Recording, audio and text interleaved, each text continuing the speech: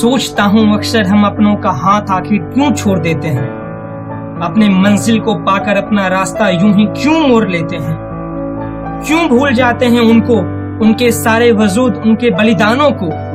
रिश्ते से ज्यादा तहजीब हम क्यों देते हैं अपने अभिमानों को। क्या ये सच नहीं कि रिश्तों पर अब शोहरतों का दबदबा है और हर एक की बुलंदी ही अब उसका खुदा है।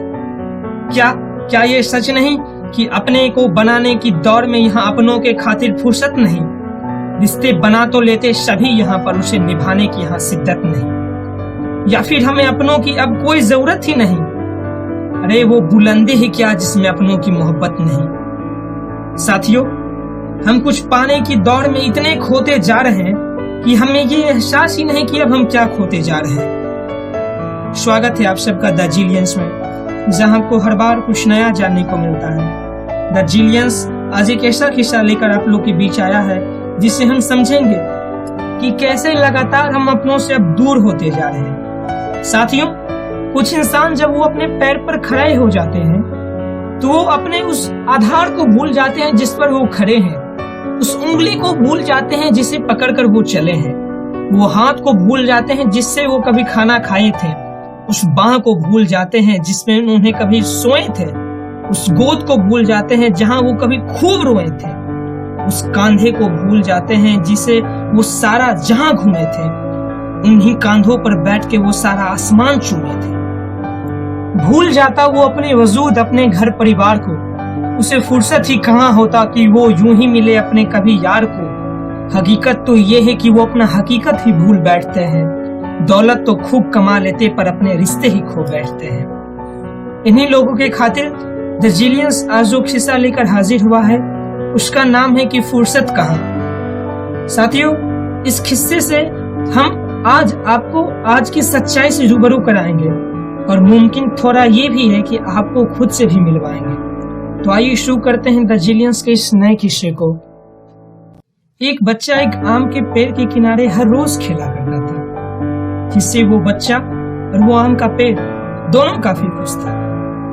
लेकिन जैसे जैसे वो बच्चा बड़ा हुआ वो उस आम के पेड़ के किनारे आना बंद कर दिया, जिससे वो पौधा काफी दुखी रहता था। कई दिनों बाद जब वो बच्चा उस पौधे के किनारे पहुंचा तो उस पौधे को काफी खुशी हुई और उसने उस बच्चे से कहा कि आओ मेरे साथ पुनः खेलो। तो उस बच्चे ने कहा कि मुझे अब तुम्हारे साथ नहीं खेलना, मुझे इस वक्त खिलौने की जरूरत है जिसके खातिर मुझे पैसे चाहिए। इस करुणामयी आवाज सुनकर वो पौधा बोला कि मेरे पास तो पैसे नहीं है, लेकिन मुझ में जो आम लगे हैं वो तोड़कर तुम इसे बेच लो और इससे अपना खिलौना खरीद लो। वो बच्चा खुशी खुशी उस सारे आम तोड़ लेता है और उसे बेचकर अपने खातिर वो खिलौना खरीदता है। लेकिन इसके बाद वो बच्चा फिर कई दिनों तक उस वृक्ष से मिलने नहीं आता, वहां वो पुनः खेलने नहीं आता। कई दिन बाद जब वो बच्चा एक आदमी में तब्दील हो जाता है तो वो फिर उस वृक्ष के पास वापस आता है, जिसे देखकर वो वृक्ष पुनः काफी खुश होता है और उसे कहता है कि आओ मेरे साथ फिर से खेलो। तो उस आदमी ने कहा कि अब मेरे खेलने कूदने की उम्र नहीं रही, मुझ पर मेरे और मेरे परिवार की कई सारी जिम्मेदारियां हैं। मुझे कुछ कमाने के लिए, मुझे व्यापार करने के लिए एक नाव की जरूरत है। तो उस वृक्ष ने कहा कि मेरे पास नाव तो नहीं जो मैं तुम्हें नाव दे सकता हूँ, लेकिन मुझ में जो लकड़ियां लगी हुई तुम उन लकड़ियों को काट लो और इससे अपना नाव बनाओ। उस व्यक्ति ने खुशी खुशी उस वृक्ष की सारी लकड़ियां काट डाली और उसे अपना नाव बनाया और व्यापार करने हेतु सफर पर निकल पड़ा। कई वर्ष बीत गए, लेकिन वो व्यक्ति उस वृक्ष के पास वापस लौट कर नहीं आया। एक दिन वो व्यक्ति उस वृक्ष के पास जरूर लौटा, लेकिन तब तक वो काफी बूढ़ा हो गया था। वो चलने फिरने से लाचार और बीमार हो गया था। उसे देखकर उस आम के पेड़ ने कहा कि अब तो ना ही मेरे पास आम बचे हैं और ना ही तुम्हें देने के खातिर लकड़ियां बची हैं। इस पर उस बूढ़े व्यक्ति ने कहा कि इस बार मैं आम या लकड़ियां मांगने नहीं आया, इस बार तो मैं जरा सुकून ढूंढने आया हूँ।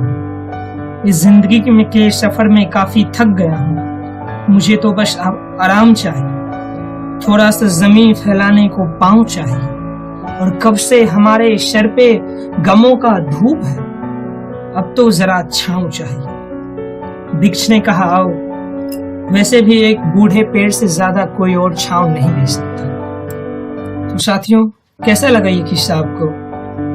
दार्जिलियंस के इस किस्से में आज हमने जाना कि हमें अपनों के खातिर कभी यूं भी वक्त निकालना चाहिए। जिस माँ बाप या जिस अपनों ने हमारे खातिर इस वृक्ष की भांति सब कुछ किया, सब कुछ, कभी उन्हें भी तो हमारी मदद चाहिए। जो कभी हमारा सारा धूप हर लिया करते थे, आज उन्हें भी तो जरा हमारा साया चाहिए, आज उन्हें भी हमारा जरा छांव चाहिए। साथियों, आइए हम एक दूजे का सहारा बने, सारे गिले शिकवे भूलाकर आपस में गले मिले और जो भी करना है सो आज करें। कहीं ऐसा ना हो कि वक्त का सितम यूं पड़े कि हम रिश्तों में और मजबूर हो जाएं और अपनी ही खताओं के कारण अपने से दूर हो जाएं। आशा करता हूं कि दार्जिलियंस के ये किस्सा आपको पसंद आया होगा।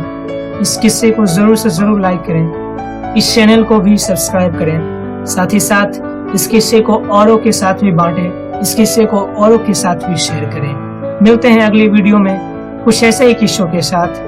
तब तक के लिए दीजिए मुझे इजाजत।